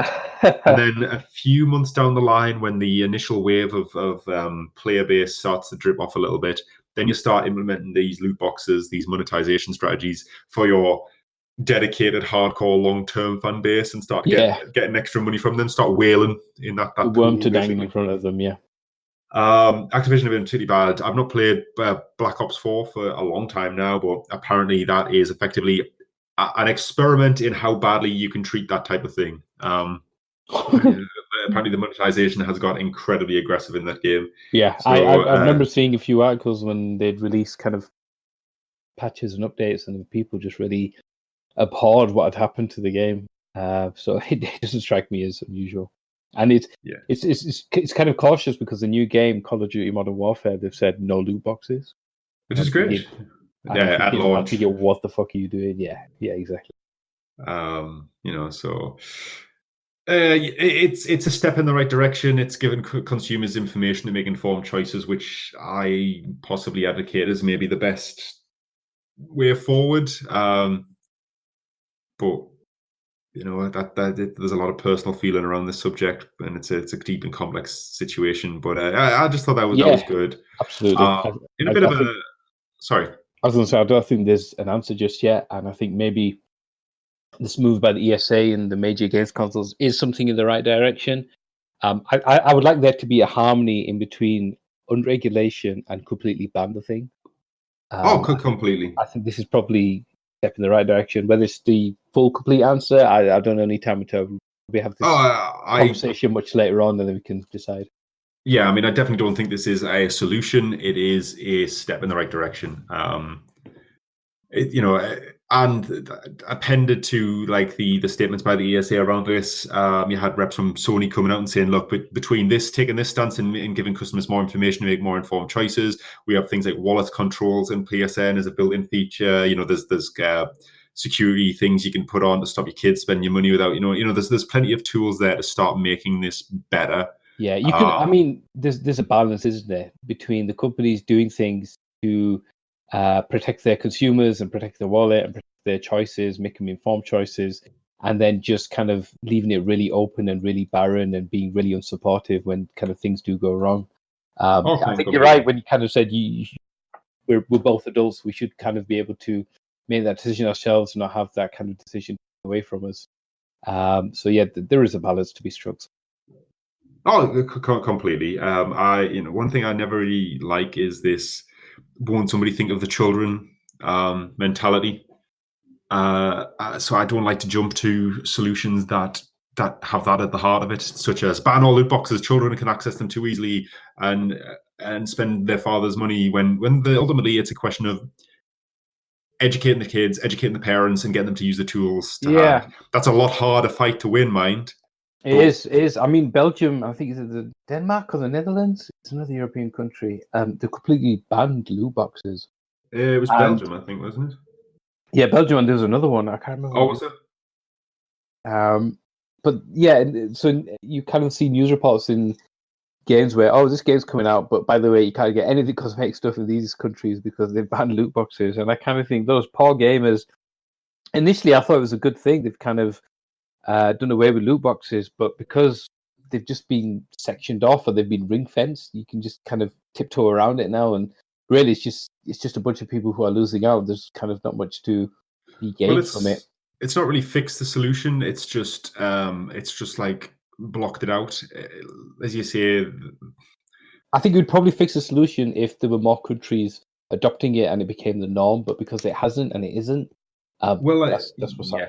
I'd say if one of the big markets like America or a large chunk of Europe suddenly adopted this kind of blanket ban, it would suddenly force companies to readdress their strategies. But if it's like, as you say, Belgium and a Scandinavian country, a Northern European country that's done this, that's probably a fairly small player base. Yeah. It's not gonna get Blizzard to stop selling loot boxes in Overwatch when Alabama buys more than them put together. Yeah. It needs to, the maths needs to swing in the right way to get things to change. Yeah, I mean, saying this, a new story that I plucked out in kind of off the back of that is Rocket League have actually come out. Psyonix have come out and said that Rocket League is actually leaving loot boxes and moving away from them altogether. Now, I haven't played Rocket League since it came out, and I was never hugely into it. I like Rocket League. I really appreciate what it is, but I was never particularly good at it, never really got hardcore into it. But apparently in Rocket League, what happens is you play the game and you unlock loot boxes, but you have to purchase keys to unlock those loot boxes, which seems like the worst, like the scummiest, most drawn out way you can do I think loot boxes. You can. Again, it's been a while since I played it. From what I can remember when I was playing, I'm sure you could kind of level up and get a free loot box, and then there was stuff that you could maybe buy from the shop or purchase keys for. So it wasn't 100% kind of you had to put money down. But yeah, it did have that appeal, and there was stuff that you could just buy like as DLC. So there were some cosmetics you could just kind of buy offhand and they'd be yours. But yeah, a lot of the stuff was kind of locked behind this game, a random number generator game, which isn't great. And I think it's a step in the right direction for them to just say, look, if there's something you want, put some money down. There's no kind of hidden agenda behind it. It's all yours. We've taken out the RNG behind it. I think that's good. I think it's good of them to do that. And they've probably made way loads of money to not worry about loot boxes being a thing anymore. Well, I was going to say, so basically they're moving towards a more a la carte thing. You basically pick what you want and buy it, which, funny enough, that's what shops have always done for us. But they're moving towards a system like that. And I wonder if this is something that's been possible off the back of them becoming an Epic Game Store exclusive. It's not a well-kept secret that Epic are basically hurling money at people to get them on their platform as an exclusive. But and there's, I mean, it's a whole other story, but there's a lot of outrage about the Epic Game Store and that exclusivity kind of they're pushing in a big way. Definitely. But if you moving away from personal feelings aside from all that, I must admit it's not something I feel strongly about one way or the other. But what is interesting is it seems to be opening up a gateway to developers to have a little bit of stability. To not have to go down revenue streams like loot boxes to stay afloat. It seems to be giving smaller scale developers a platform on which to grow more steadily and more reliably on. And I wonder if Psyonix now just simply do not need loot box money. Yeah, I think there's a huge, especially if they've gone Epic Store exclusive, they've got all that good EA money. Epic money, I should say, rather. I think they've had such a good run with the game. It's been out for many, many years, and there's always kind of tournaments, and it's still a very much well played game and well loved game. Absolutely, they've kind of made their money and then some, and then some, and then some, and they just thought, if anything makes us look good, let's just keep doing it. Let's just keep keeping our fans happy. Here's a really good way to make them happy. We're not going to do loot boxes anymore. Yeah, so it'll be interesting to see if this is the start of people moving away from loot boxes, because perhaps the good press is worth more than the revenue. I suspect that, as I say, it's more to do with the stability Epic are providing Psyonix, but it'll be interesting. Obviously, the space around loot boxes is a hot topic at the moment. It's changing ever slowly, for the better, for the worse, but this keeps coming up week after week in various forms, various guises. So it'll be interesting to see the discussion around that evolve and take forward. Absolutely. And go forward even. So yeah, it's interesting, I must admit.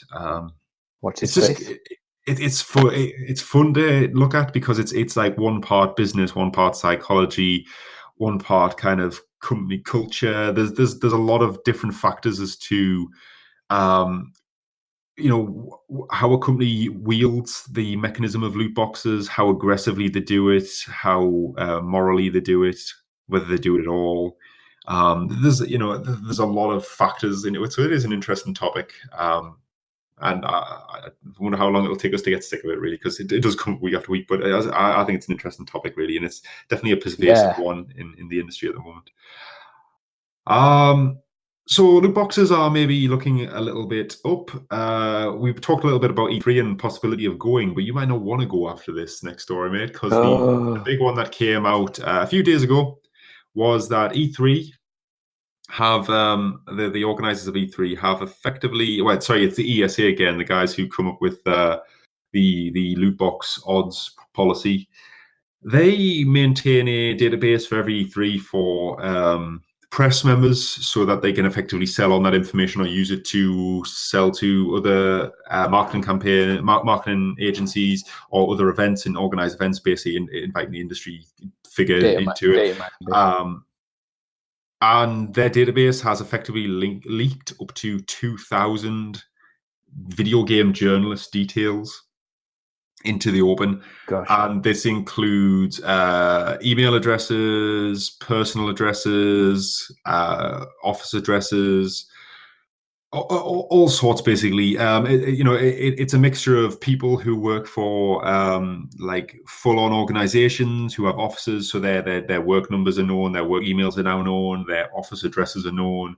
But it also stems to people who, in the modern age, some of the biggest games coverage outlets are individuals on YouTube. Yeah, they are. And a lot of these don't have offices. A lot of these are literally a guy with a laptop or a guy with a PC doing his thing. It's his home address where his family live. It's a faceless building in the middle of a city somewhere. And I mean, we've been around long enough to know that the internet's a bit of a shitty place, and having your personal details slapped on a list for you to be like basically open season on harassing you. Not good. It's not. It's data protection and GDPR now. It's how secure is your data, even if you kind of give it confidentially, and nothing is completely unhackable. There'll always be ways through. And how will kind of this data, if it gets leaked, affect you? It's quite shocking. First, they get rid of booth papers, and now this. This is just horrible. Yeah, it's a complete fuck up, and something like that. I think is a GDPR something like a $20 million fine. Yeah, it's pretty ridiculous. And I'm just wondering if the ESA can even bankroll that kind of money without feeling the pinch. It depends on the circumstances of the leak. If it's just shitty security, then yeah, they're going to get hit hard. If it was something maybe malicious inside, depends on the circumstances behind that and stuff. But in any way, if anyone's who had their details leaked, it must be quite eerie, because it's almost like knowing that you've had your identity stolen and someone's got your card or something. It's just a really uneasy feeling to have. How much more information do they know? Are they putting stuff together? Are they doing something right now? How can I protect myself? And yeah, it's quite something. Yeah, it's a huge data breach. I mean, it's not financial information, which is good, but it's personal information, and people are receiving threats. People are receiving harassment. Oh, have You they? know, Have there been I documented mean, cases of that? as far as I'm aware, it's a lot of stuff. Just it's like you know, unpleasant calls to mobiles, emails. I'm not aware of any stories where people have been turning up to physical locations and harassing people, but who the fuck knows, man? It's not good. It does. I mean, it's very easy to be blasé about data and security around data and things like that. But it's things like this kind of highlight how important it is. I mean, part of me, if I'm being really pessimistic about this whole situation, it's never not like me to be pessimistic. How long is it till we hear a story where somebody is like severely injured or attacked or even killed as a result of this? Like, it would be the first time something really bad's happened to somebody on the Because of it, internet. Like, yeah, and because of this the just internet. gives all the crazies like direct access to these people. Yeah, absolutely. It's. I think it is just a matter of time, as sad it is to say, and I don't know if that's going to be the tipping point where people start to take the things much more seriously, and it's just like, right, well, yeah, can't be doing that shit anymore. That's just ridiculous because the effect that it's had. But it's inevitable that would eventually happen because, like you say, there's just mean people out there. There's just no way of changing the world. That's just how they are, and the best you could do is to kind of keep yourself safe, keep your family safe, and part of that safety is to ensure that the dealings you have and the things that you do are kept private and kept secure. And if that's not the case, then it puts you at risk. Absolutely. Yeah, completely. Yeah, it's not good news, but watch this space. I mean, yeah, some of the people in that list are EU citizens, so they are definitely beholden to GDPR. So it'll be interesting to see what the European Commission does to come down on this. It's an American organization, so it's a bit of an odd situation. I'm not any legal expert about what jurisdiction you can, who's got what jurisdiction over who, but you'd think they'd be able to do something. Yeah, 100%. I You'd think think. there will be some reaching consequences, but it'd be interesting to see what that is. Like you say, it's two different countries, two very different kind of set of politics and legislations. Yeah, so not a good news story, and I've got two news stories to go through. One of them is kind of fun and nice. One of them is definitely fucking not. So I'm So you're thinking asking me, do I want the good news or the bad news? I'm kind of leaning towards doing the fun news at the end, just as a palate cleanser. Yeah. Go on then. Okay, then. So the big news story of the last week or so. Well, this is a news story that kind of extends beyond the games industry into serious fucking mainstream news. There's been multiple mass shootings in America over the weekend. One left 30 people dead, which sounds. Oh, sorry, that's not true. Well, put together 30 people are dead. And 50 are injured, which is just a staggering number. Like Horrible. it's Absolutely absolutely sick. fucking crazy.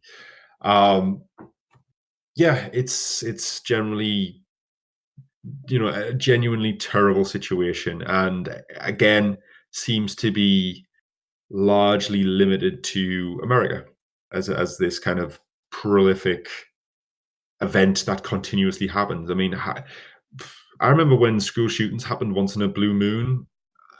Well, at least they were reported on very rarely, and now it seems to be several times a year Yeah, the that this frequency of it seems happens. to be going up. Now, is And it that a seems to case be. of it's happening more, or is it a case of the media's it's the media's darling? Because fucking American mainstream media they fucking masturbate over this shit. They love a good school shooting, a mass shooting. They fucking love it. Was it CNN or Fox? I can't really remember, but I saw a clip of a news show which was literally ranking school shootings or mass shootings. I keep saying school shootings because they normally do take place in schools and colleges, but I'll often do. But mass shootings, we're literally ranking mass shootings in terms of body count. They fucking Disgusting. wank over Despicable. this stuff, and What? they're bemoaning the fucking tragedy of it all on the one hand, and then showing a literal scoreboard on the other hand. It is just pornography, isn't it? Almost just violent pornography. That's It's just to yeah, kind of have the shock value and just to relive those things. And it's very little care for the the victims and their families, and it's really abhorrent. And I'm glad to say that in this country, I don't know, we do everything like that. The only massacre or the shooting that I can remember that sticks out in my mind was the Dunblane one in Scotland many years ago. And that effectively changed gun control for the better completely. There was kind of a gun amnesty and many weapons were handed in, and everyone kind of looked, and the view was like, look, this is pretty fucking shitty, man. There's no need to carry on the way we are. We need to change. And then when we had the shootings in Christchurch, New Zealand, they were very quick to jump on some legislation, and people can argue it's very knee-jerky, but it's very much one nation just kind of saying we're not going to stand for this anymore. This is a loophole that needs to be closed. We're not going to have this done again. And then you've got America, who are just basically saying thoughts and prayers, Second Amendment, and that's pretty much it. And the Second Amendment, I mean, fuck it, what am I know? I'm a stupid Brit, but the Second Amendment makes sense from the time it's from, where there was still a wilderness and a frontier, and there was fucking a need. Muskets, man. You took about 3 days to reload. It's not like an assault exactly. rifle just to kind of go in and, like, say, mow down a school or shoot up a cinema or go to a fucking food festival, man. It's fucking psychopath. There's absolutely no reason to, in my humble opinion, there's no reason to own a weapon in Western society. It's just something of that level. I 100% agree with you. The thing with the gun is it's just the ultimate kind of equalizer. Exactly. It's a great leveler. Exactly. And if you don't have one, then it's game over. And the problem with that is, let's take, for example, I mean, we've got no knife crime in this country. That absolutely we do. And that's something that we're tackling. If you imagine all those knives were replaced with guns, how much more death, how much more of a kind of dangerous situation this would be. Oh, completely. It's fucking terrible. But it's shit situation. The root of it is it feels obvious. I think really it comes down to gun control is dog shit in America. This is an almost uniquely American issue. Get War Donald. He's waded in on the situation. The very classy, intelligent, stable genius. I'm sure he's got something very wise to say on this. So he's basically come out and he's kind of condemned everything. Donald Trump is not somebody I think is a particularly great president. He's not somebody who I think is a particularly good leader. He's not somebody he's not a great person. No, but he, to his credit, I don't think he's a great orator either. I think he doesn't speak very well about things like this. So when you put him on the spot and get him to talk about sensitive subjects like this, he doesn't always convey himself very well. But at the same time, there's been odd times where he has at least got the sentiment right about things. And this isn't one of those times. He basically came out and said, we must stop the glorification of violence in our society. Yeah, great. I do agree with that. This includes gruesome and grisly video games that are now commonplace. It is too easy today for troubled youth to surround themselves with a culture that celebrates violence. We must stop or substantially reduce this. It has to begin immediately. It's skirting around the issue because it's putting the blame on something else. Yeah. And it's almost like, do you remember Jack Thompson? Oh God, yeah. Where's he now? I'm sure I'm sure by this time next week he's come back and he's fighting the good fight once again on Violent Video Games. Didn't he get disbarred? He did, but I don't think that's going to stop him. I mean, not in Trump's president like Donald Trump in charge, I'd be surprised if he pardons him, gives him his own job back, and there you go, fight the good fight. You were right all along. We were wrong. We're sorry. You keep doing what you're doing. Senior advisor to Violent Video Games. Yeah. Oh my God. Oh my God. Can you imagine? I mean, to be fair, the ESA quickly came out with a statement too, basically saying "fuck that." They basically said, as we shared the White House video games, excuse me, I'll start again. Fucking hell, I'll talk about Donald Trump not being able to speak properly. As we shared at the White House video game meeting in March 2018, numerous scientific studies have established that there are no causal links between video games and violence. More than 165 million Americans enjoy video games and billions of people play video games worldwide, yet other societies where video games are played as avidly do not contend with the tragic levels of violence that occur in the US. And they've got a point. South Korea, the most video game-ass fucking country in the world, do not have this problem. Yep, Japan, as far as I know, don't go around shooting schools or shooting dojos or whatever they do. No, people in Japan are more likely to kill themselves than they are each other. Yeah, I mean that's another problem. But again, yeah, they have a they're separate not, degree. they're only shooting themselves, are they? They're not kind of It's ridiculous to kind of equate the two together, and it's a very strong statement from not just the ESA but from the gaming community just to ridicule this ludicrous statement that's kind of absolutely has no foundation in any kind of rational mind. It's it's frustrating because we seem to have been having this conversation for now 30 years now, or now 20 years even. I remember when we were having the original GTAs, and I'm sure GTA 5 now will kind of be used as a shining example of the horrible things that games can do, and we need to protect the children. And I mean, it was Mortal Kombat in the 90s. It was Grand Theft Auto 10 years ago. It's fucking Fortnite now. yeah, I mean, these things, don't get me wrong, these things do have very strong themes that are not suitable for children. I would not argue that, but that's not the problem. It's not the games, not the problem. It's the access to the games and the people who, i.e., the parents who are kind of giving children access to these games and just not being able to deal with these mature themes in a rational way. And even if they do, it just doesn't happen. Think of how many games GTA has sold, millions upon even billions, and that number of kind of shootings just doesn't equate, or number of carjackings that people do just doesn't equate to kind of the sales made. Man, if that was the case, there'd be a lot more kind of violence upon the streets. I mean, I'd even go one step further, and I don't think it's games at all. I mean, to me, it's individuals who have problems that stem from other issues, mental health issues, political views.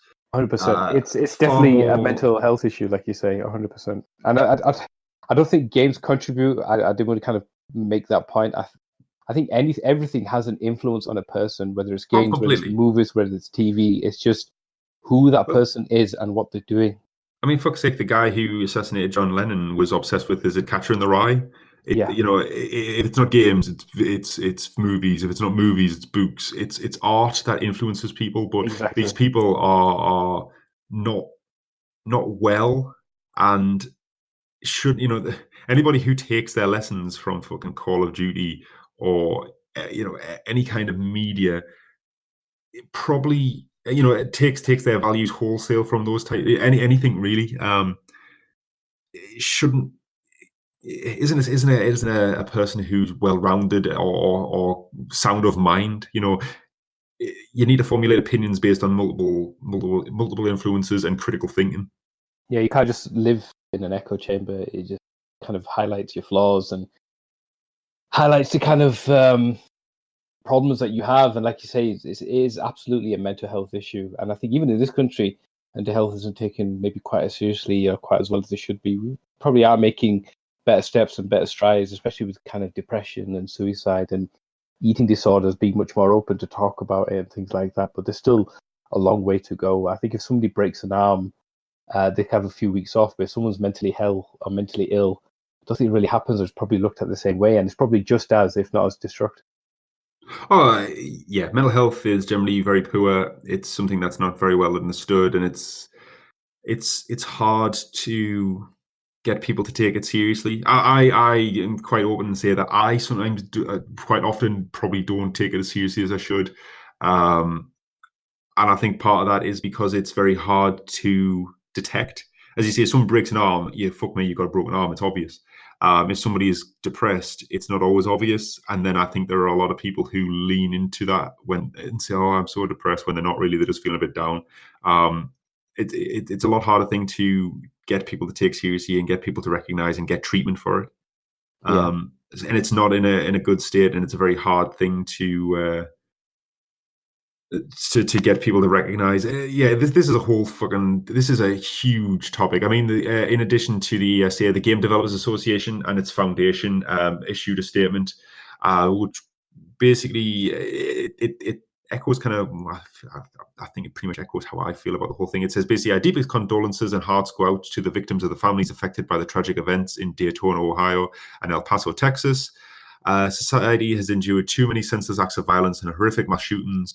Blaming video games detracts from the broader issues at hand. There is an overwhelming amount of research that finds no evidence linking video games to violence. Video games do not cause violence, and we support efforts to discontinue the misguided information. Yeah, 100%. That sums up pretty much my stance on the whole thing. I think there's now enough science to dispute this link.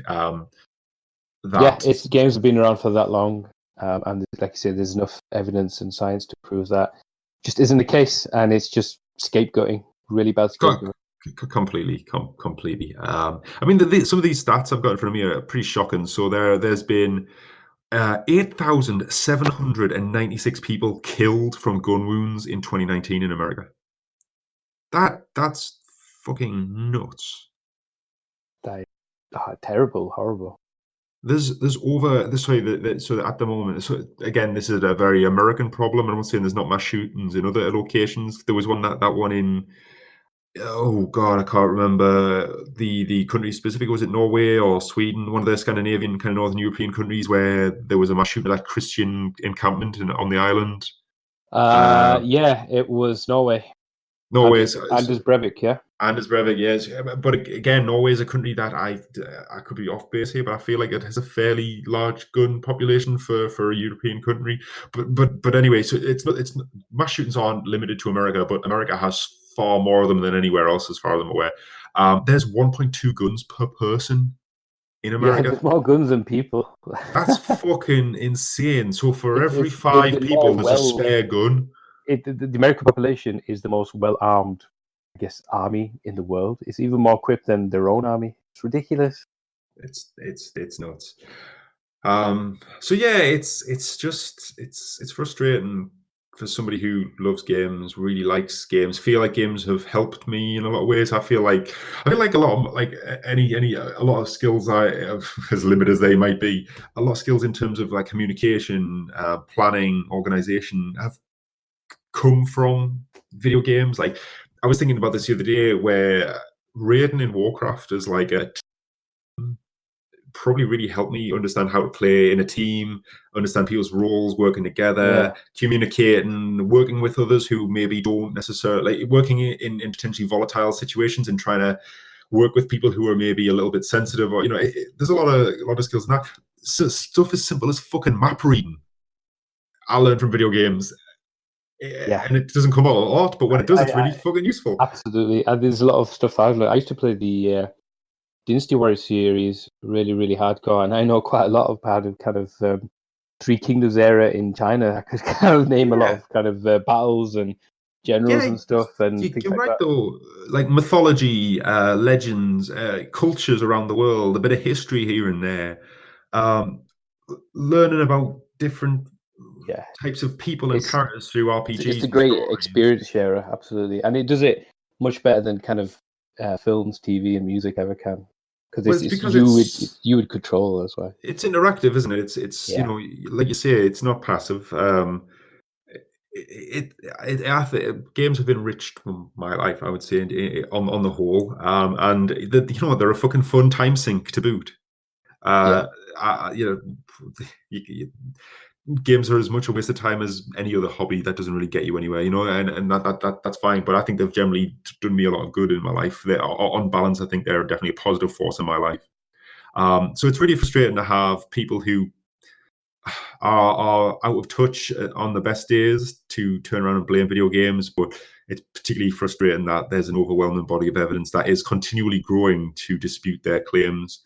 But it's a soft target because you start blaming guns. The NRA in America gets up in arms and withdraws their money from your funding, and they fund a lot of politicians. I would be surprised if there was some NRA funded research that comes out showing that there's a link between violence and video games, or to kind of put a spin on something like that. It's anytime that's happened, though, it's always been disputable evidence, shaky science underpinning it. It never really stands up greatly. I think the most damning ones are it's hard to tell. That seems to be the most damning reports. There's no real any way to tell whether video games make you more violent. They are literally the most damning ones that I've seen that were credible. The rest are there is no link. So yeah, it is very frustrating, especially when, and I find it especially rich when the likes of Donald Trump come out, who play on very kind of um, right wing, getting the everyman riled up about things to play into their hand and get them to support them. I mentioned before, easy answers to complex problems. I find it rich that somebody like Donald Trump and somebody who preaches messages like Donald Trump can turn around and blame kind of society and video games and things like that, and all the rest of it. He's done a lot to shape the society that he governs in the last couple of years, and I don't feel like he's done much to make it for the better. I think personally, I think he's more responsible than the video games after the shooting. Well, exactly. Yeah, and I think it's misplaced. His rhetoric is very misplaced. Yeah, his focus. Yeah, as long as there's kind of people in the game community who are willing to stand up and shout that this is ridiculous, I think we'll be safe. It does feel frustrating because, like I say, it's like a hallmark to 10, 15 years ago when it was at the focus again, and I think Hillary Clinton was going on about it. So yeah.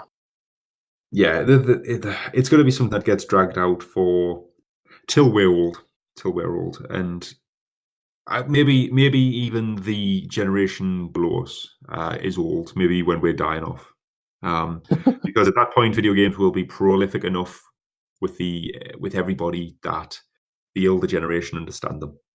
Yeah. It's like with a lot of stuff, it's time. It's when rock and roll got blamed in, was it the 70s, 60s, and 70s? Yeah. Now fucking presidents love Pink Floyd and Led Zeppelin and shit. It's just time and generational things and generational gaps. That's all it is. You just hope it doesn't interfere with things in the interim, really, for the worse at least. But yeah, I think the big takeaway from the story is mass shootings are happening a lot. It's shit, and somebody really needs to take a stand. I remember gun control was a very close subject to Barack Obama's heart. I've seen Barack Obama doing speech about gun control where he literally just kind of started breaking down in tears. And it's a shame you don't have somebody who's willing to take a stand. I mean, again, it's frustrating that Barack Obama never really did anything about it, but I always got the feeling that he never did a lot because he couldn't. Yeah, exactly. He, towards the end of his presidency, I don't say lost the House, but he kind of lost the support he needed to make these big changes. And it's lobbyists as well, like the NRA and things. And completely. Barack Obama, I feel, was a great leader who accomplished very little because he did not have the run of the government. And don't get me wrong, segregation of that, like having the president being able to do what he wants, is not a good idea. You need the checks in the Senate and the Congress and all the rest of it. But it feels like he could have got a lot more done if he hadn't lost all that. He feels like a great president who never got to be great. Yeah. But that's again another conversation. Yeah, the gun situation's nuts. It's getting worse, or at least more prolific, and it doesn't feel like it's going to get better anytime soon, because I don't feel like the underlying reasons are being looked at and addressed. So watch this space, really. But so what's the good news then? So the good news is more of a fun one. It's nice for the guy who it happened to. So basically, a guy called Scott Amos from Reno in Nevada. He was rooting through the attic of his childhood home, and he came across a lovely little surprise. He found a sealed version of Kid Icarus for the NES, complete with receipt, all the way from 1988 even. And it's worth, well, put it this way, he sold it for $9,000. He found it, basically realized it was something that was potentially quite rare, something that was maybe worth something to collectors. And managed to sell it within a weekend, $9,000, and he split with his sister, who Fantastic. I mean, I'm assuming that basically something's happened. They've had to clean out the old family home, and he's found it, and that's why Yeah. he's split it. But Yeah. basically, it's a Christmas gift that the family obviously forgot about, hence the receipt with it and stuff. There's no explanation for why this wasn't given in 1988 or anything like that. He just kind of found it years down the line. Kid Icarus is a pretty rare game. It's not something I was particularly familiar with until Smash Brothers. I think you mentioned before the podcast you played it on the Game Boy.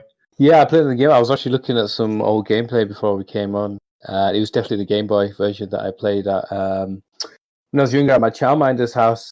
So I did kind of play. I didn't know there was an actual NES full version. So I think it's a really nice story. It's quite cool as well when you think about kind of where games are and where they have been, and to see that there's still this dedication, this love, that there's kind of a price on. I don't want to say antique. I don't think it's quite there yet, but just kind of all-star retro games and rare games. I think one of the rarest games was the Nintendo World Cup special games that were kind of created just for the competition, the tournament, and those go for kind of tens of thousands. Oh, it's the gold cartridges and things like that. Yeah. So I didn't know Kid Icarus was rare until you mentioned it before the podcast. So it's interesting, and I wonder kind of. I mean, I'm not saying this is the reason why I hoard my games, but I wonder how many years down the line you'll think, oh, maybe this PS2 game is really rare. I wonder how much it costs now. Actually, to be fair, I have Assassin's Creed 2, the Black Edition, which was apparently the harder edition to get of the two. There's the White Edition and the Black Edition, and they both came with an Ezio figurine dressed in the edition color. So mine has got kind of black. It's got black colors on. I was looking at it because I was cleaning the loft out last week, and it was going on eBay for about 70, 80 quid. And I remember buying it for about 50 quid. That's pretty good. Yeah, I have that's a similar one. That's pretty good considering it's only kind of last gen really. I have a similar one, and did this come up in the podcast? Because I feel like I've spoken to somebody about it recently. I bought the Halo 3 Legendary Edition, which is about £100, I think, when it came out, or 120 maybe.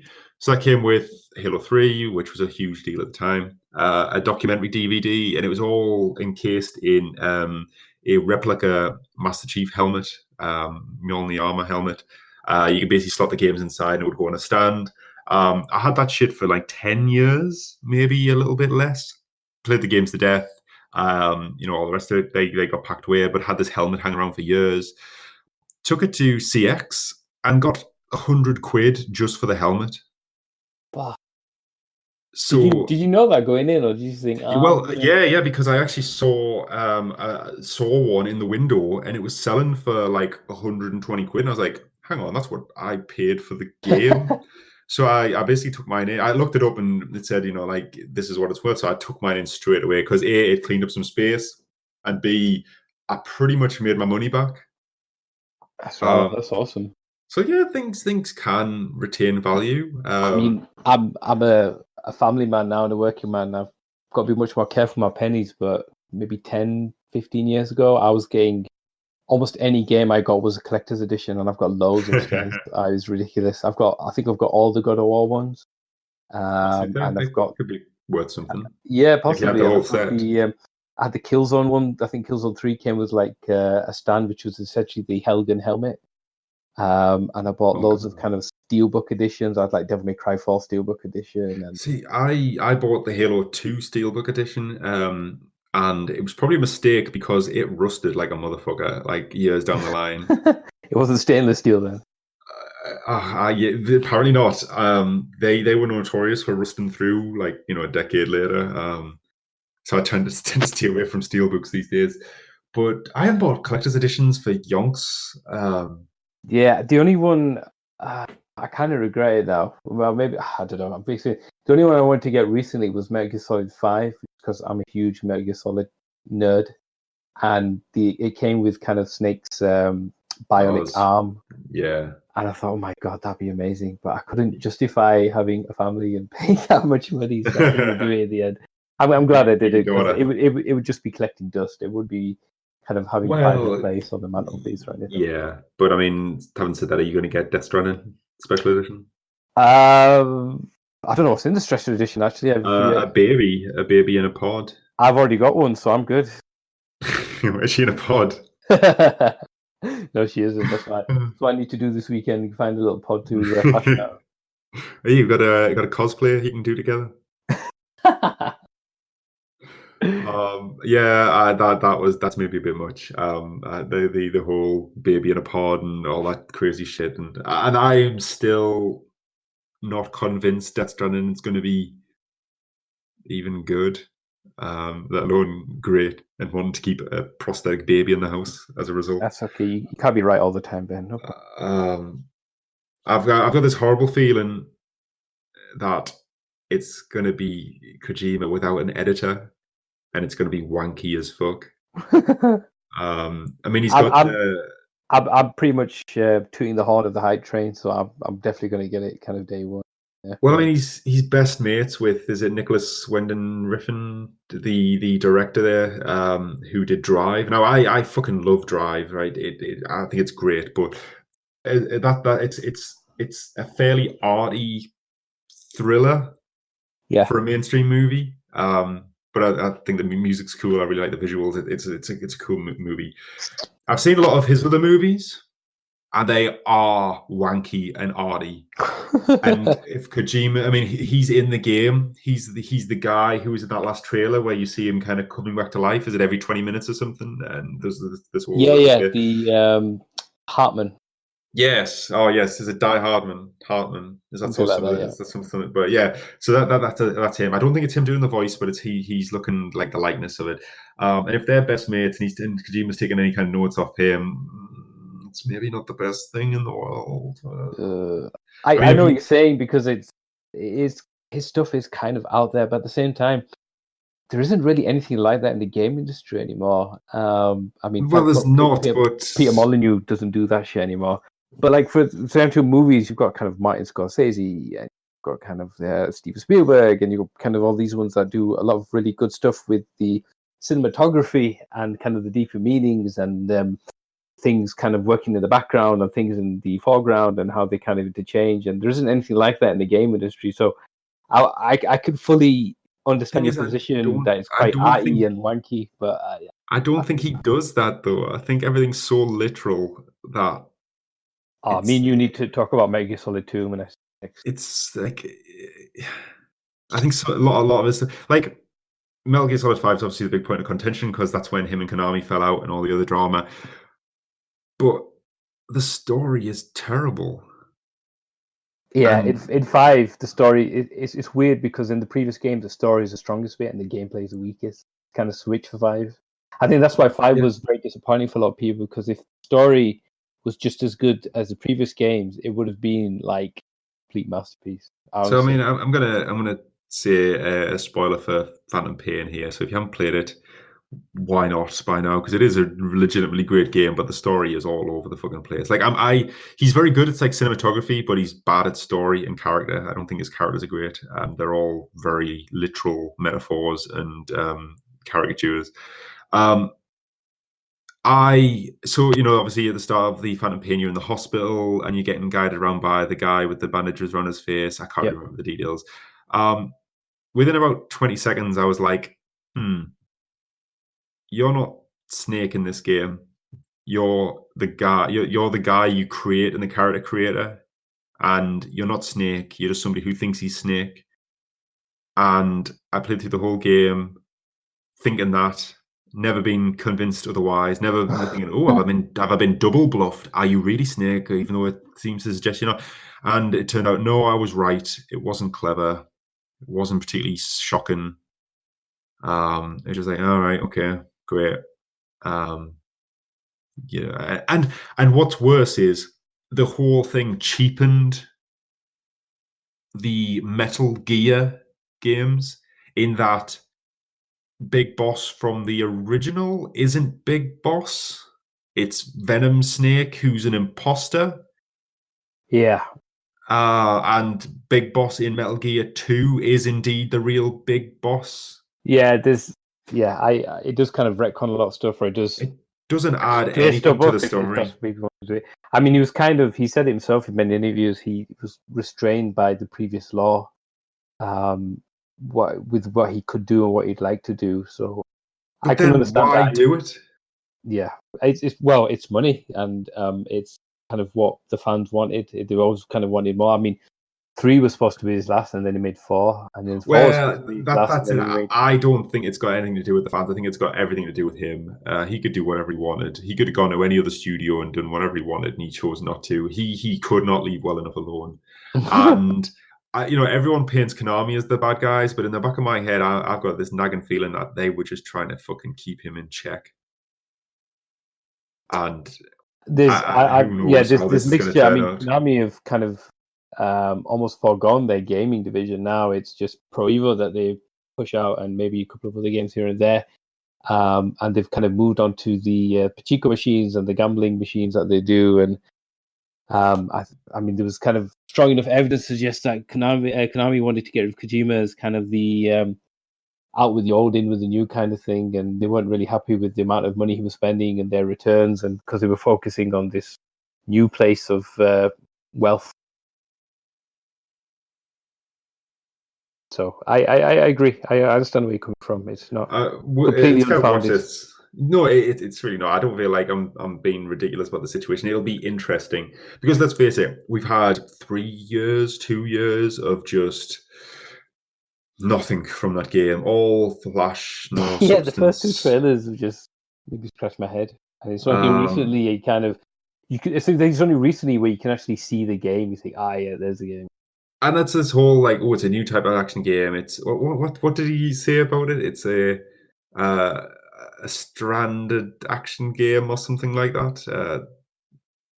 Building bridges or something like that. Like a bridge. Well, Christ, isn't it Sam? Is it Sam Bridgman, the main kind of fuck me? Jesus Christ!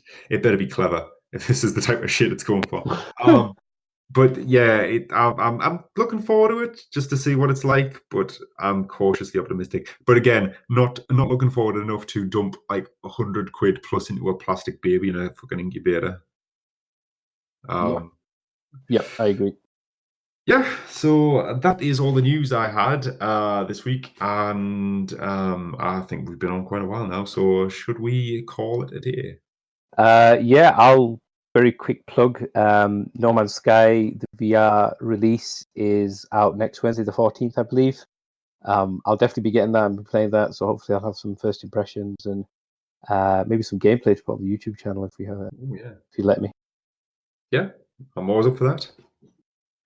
Cool. You mentioned we could get online and play it. I don't think I've got No Man's Sky, but I will. So is this a new version that I'll have to buy? No, it's the same old No Man's Sky. You just have to download the patches, and then you can just stick your headset on, and well, that's the way it's supposed to be. And on you go. And it's not like you say, a watered down or a sectioned off version. It would be literally the proper game. So if I was playing without the headset, I could still meet you in game with the headset. I'll see if it's on special anywhere and see if I can pick up a copy then, and then maybe we can get online. Yeah. If you do, let me know. I've got to get my classes through the academy in 5 months. Well, priorities. Yeah, you can't let your education fall. Well, education. It's important. Got to get those turn-based battles in. Yep. Got to get my flying skills and my heavy armor skills up. But yeah, we'll try and sort something out and get some streaming. I haven't got anything really planned this week for game-wise. I think I'll just continue to plug through Fire Emblem. I want to get a video done for that. Maybe do some streaming for. Try to get Sniper Elite as well. Yeah, we'll try and do something like that. So it might be a busy week then. Here we go. Reach that 12-hour mark. That's it. Going for double. Pumping up those rookie numbers. All right, well, thanks, Kash. Thanks for joining me on the show today. Thanks for having me. And thanks for listening, guys. Again, as per usual, you can find us on YouTube, on Twitch, on Twitter, all the regular places. Just look for Plastic Moon and you'll find us. Subscribe to us, like us, all the rest of it. We will be back next week with hopefully lots of new stuff like we've just been talking about. So until then, thanks very much, and we'll see you all later.